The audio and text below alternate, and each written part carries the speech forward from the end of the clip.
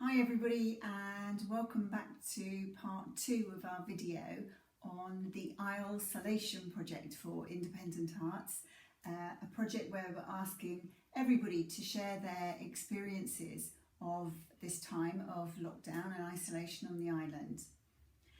And we've used as our inspiration the Tapestry, and our idea is to each create a story which we can then stitch together to create one long storyboard of what's been happening on the island.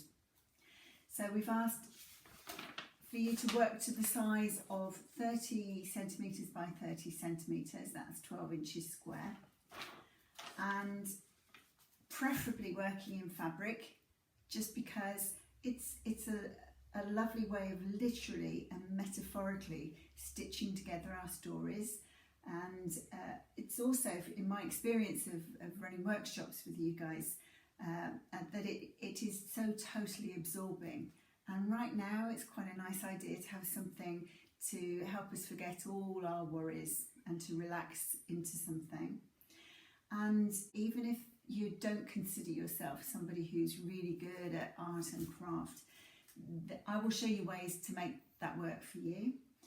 And this project is for everybody, so family, friends, if possible get the kids involved, because working with some of the 5-year-olds on the island, I've been knocked out by how brilliant they are at stitching. So simple running stitches, creating their own pictures in fabric is something that they may amaze you with too. So everybody's involved. We've got a piece 30 by 30. And it's about working, if possible, in fabric. So where does the fabric come from? Well, I've got some ideas here which might just bring something to mind. So, and I'll do vase cover, great to cut up. Tea towels, doesn't matter if they've got stains on them either. Tea towels work really well. Maybe you've got some curtain samples, fabric samples that you've had for a while knocking about, they work. Recycling clothing, that's one of my favourites. Any t-shirts, skirts, dresses, anything like that that you can chop up to make into bits. And then those of you who work around fabric perhaps have little stashes of little pieces of fabric that you can find. They're really, really useful for the collage pieces that we're going to do. But also, if you haven't got one piece that's big enough, just join them all together, and then you can make a patchwork background, which will look absolutely fantastic as well. And maybe you've got some old linen that you've kept in a drawer.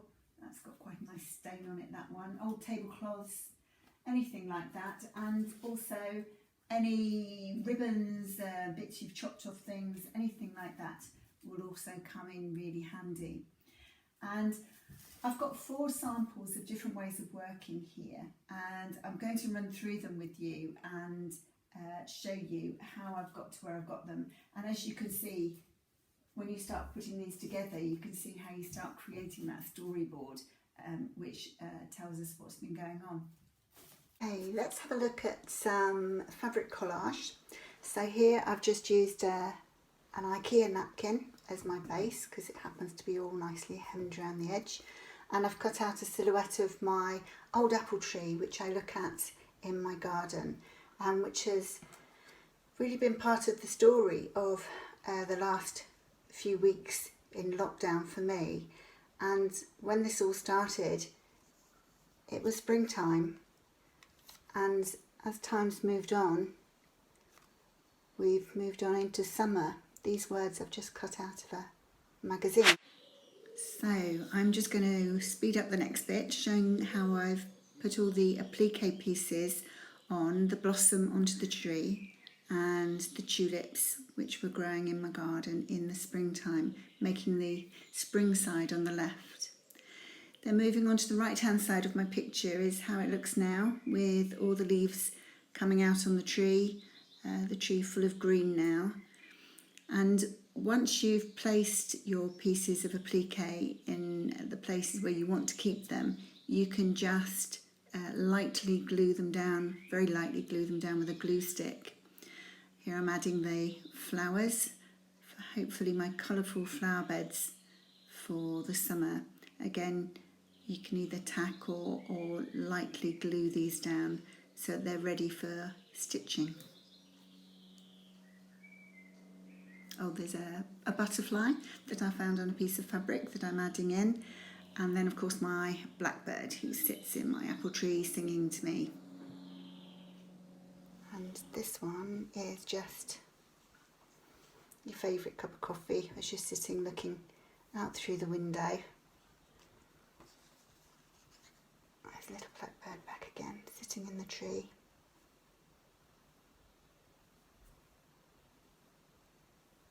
Always hiding amongst the leaves. I've added a little bit of bunting to that one. Maybe we'll just borrow a flower as well.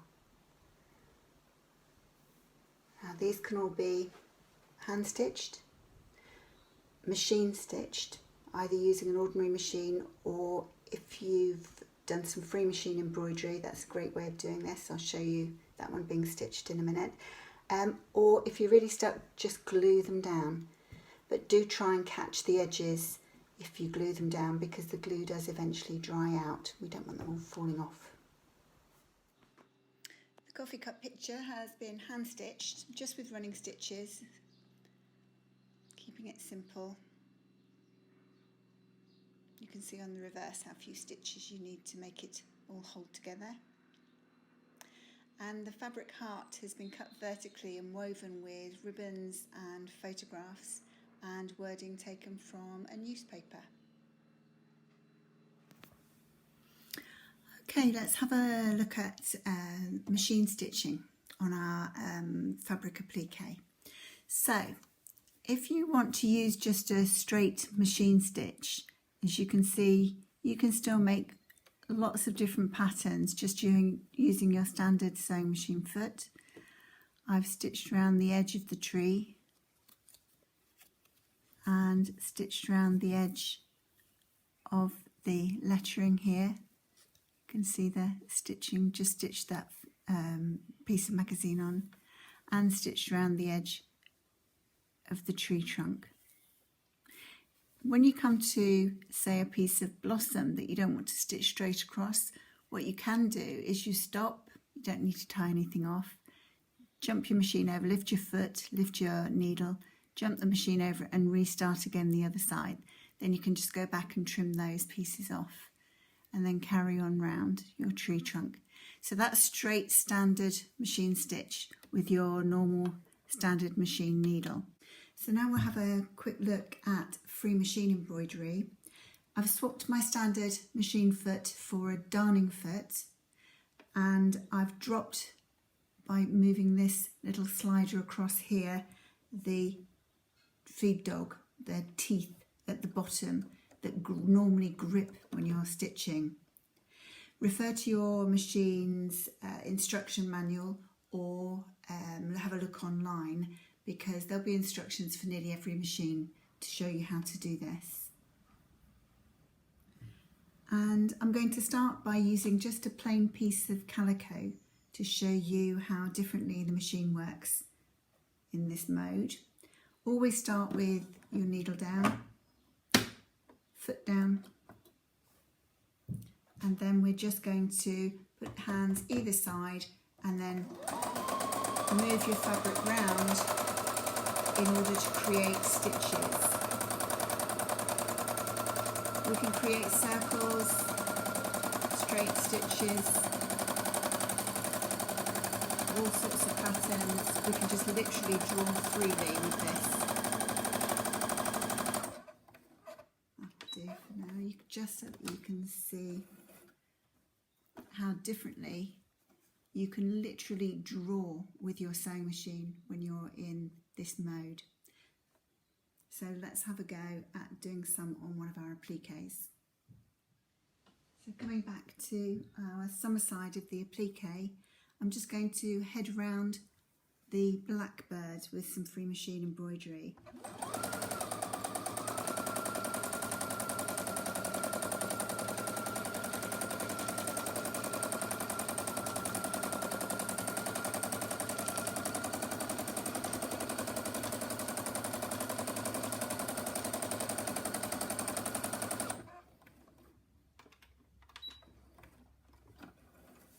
just a very quick run through, but as you can see, you can draw in the edges, you can draw in the detail, and I can obviously do my leaves, my flowers, do some pretty patterns on them. And a final method of working I want to show you involves tracing. And one of the easiest ways to trace any picture, whether it's from a book or a photograph, is to use your window as a light box. So when you place your photograph and your paper, or in this case fabric, over the window, you can see the picture quite clearly. I'm using a fairly lightweight calico here. Any finished material you should be able to trace through. So make sure, you should really stick this down, I haven't got round to doing that. And then hold your fabric firmly onto the picture and then very lightly trace. Let's have a look at the eyes. Let's very lightly trace the eyes. Always use a very sharp pencil when you're tracing.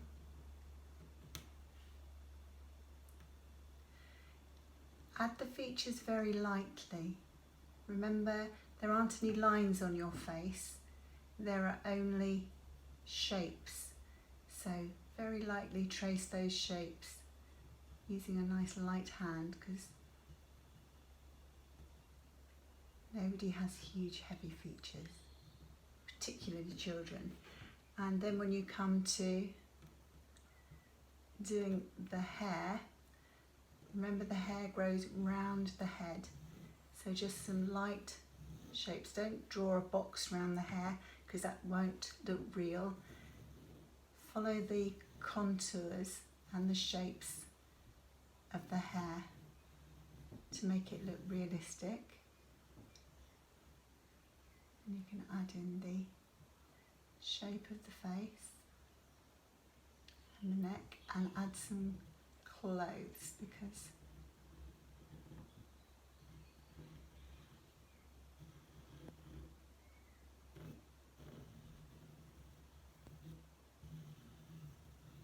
practice this a few times using some greaseproof paper or tracing paper until you feel confident that you know the shape fairly well. And then it's not quite finished yet, but it'll give you a bit of an idea as to how you can get a very realistic portrait from a tracing. And another way of tracing is using your computer or tablet, whatever you've got, and there's an app called Trace Table, which takes the photo and locks it in position so that you can lay over your fabric, your thin fabric, and start tracing through. This works much better at night when you haven't got ambient light around you, or if you are stuck, if you want to do tracing during the day, stick a towel over your head and over the iPad and it all goes dark, and then you can start tracing. So having done the tracing and got the picture onto your fabric or your paper, if that's what you're using, let's start looking at the stitching. So here's a little sample of outfit. I'm using, to do the embroidery, just ordinary embroidery floss, but you can use ordinary cotton, whatever you happen to have. If you're using embroidery floss, don't use it as one piece, thick strand, it's too thick. You just want one of the 6 strands that make it up. So just take one strand and pull it out from the others. And it's a single strand you're going to use.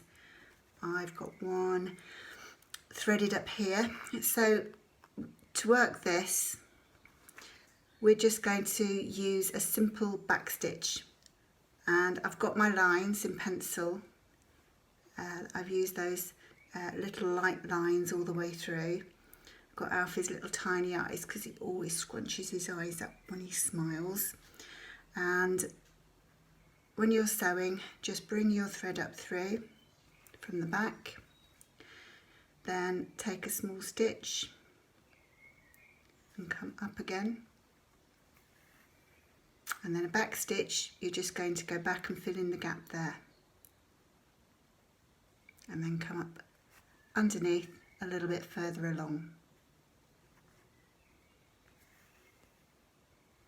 And it fills in the line. Go back again, fill in that little gap you've made. Come up through the back.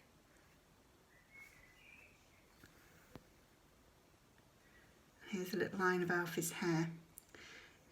His hair's no hair grows absolutely dead straight, so try and follow the natural curve of the hair. I've drawn it on the pencil line, so I can just head up and follow that natural curve of the hair so that it actually looks like hair rather than a line of stitching. So I'm not going to go right the way up to the top, because again, to make it look more natural, I'm going to do it in several different lines to show his fringe. When I get to the end of the line that I wanted to finish, I'm just going to go back down to complete that line, so the line's completed, and then I'm either going to just knock that off on the back, or in this case I can just carry it on, bring it up to the next line and start this little line here down for his fringe.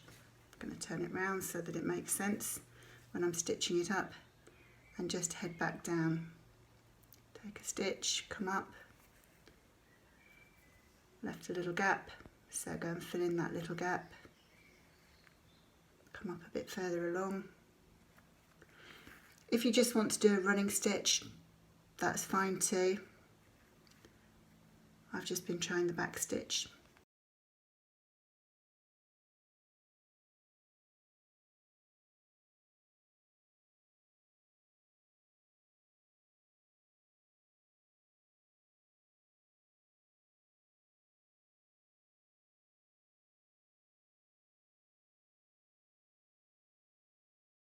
Got my line. Remember, I'm just going to knot it off at the back, so I'll just take the tiniest little stitch and then just go back through my loop just to knot it off. So Alfie's coming on. He's got some clothes, so I've just given him a little stripy t-shirt, found a little a bit of stripy material, just laid it on top and followed the line of my drawing, and I've just begun stitching it on there. Obviously I'll finish that off. So I'm going to finish off his hair, finish off that last eyebrow, finish off stitching that, and that should be Alfie done. Alfie's nearly finished now. I've looked at adding him to one of his t-shirts that I've recycled, which just happens to be 30 centimetres square, so that might work out okay.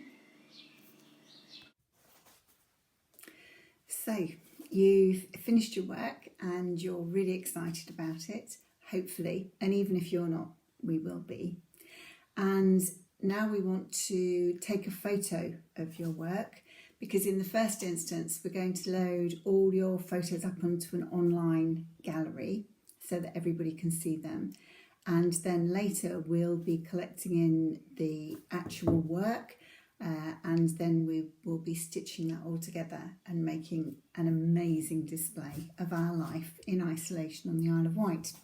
So a couple of quick things when you take your photo. Try to take your photo in natural light, and a dull day is better, because obviously the bright sunlight will bleach out all the beautiful colours you've used. So try and find an area outside direct sunlight. And when you are taking your picture, whether it's with a phone or a camera, it doesn't matter which, take a standard image, which will be a JPEG. So it's basically what your camera or your phone will take. And then hold your camera or phone directly above your work, making sure that you haven't tilted your camera one way or the other. And in order to make sure that you've got it directly above, make sure that all the edges are parallel with the edge of your picture. Then you know you haven't tilted it. When you're ready, take a deep breath, take your photo, take a couple, maybe 3. And then you can have a look back, check which is the best, which one is properly in focus, and if none of them are, take it again. And then when you've got your photo, can you please pop it to us at our email address, which is info@independentarts.org.uk. And that's the same email address. If you've got any questions or any queries, write to me on that email address and they'll pass the emails on to me.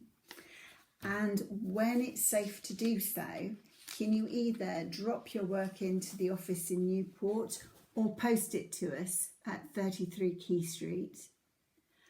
And when you can't remember any of that, which would hardly be surprising, all the information is on our website at independentarts.org.uk. So, good luck everybody. I'm really hoping you enjoy doing this, because I sure as heck am going to enjoy seeing all your work. Enjoy it, have a wonderful safe lockdown, and I look forward to seeing you all really soon. Cheers, bye.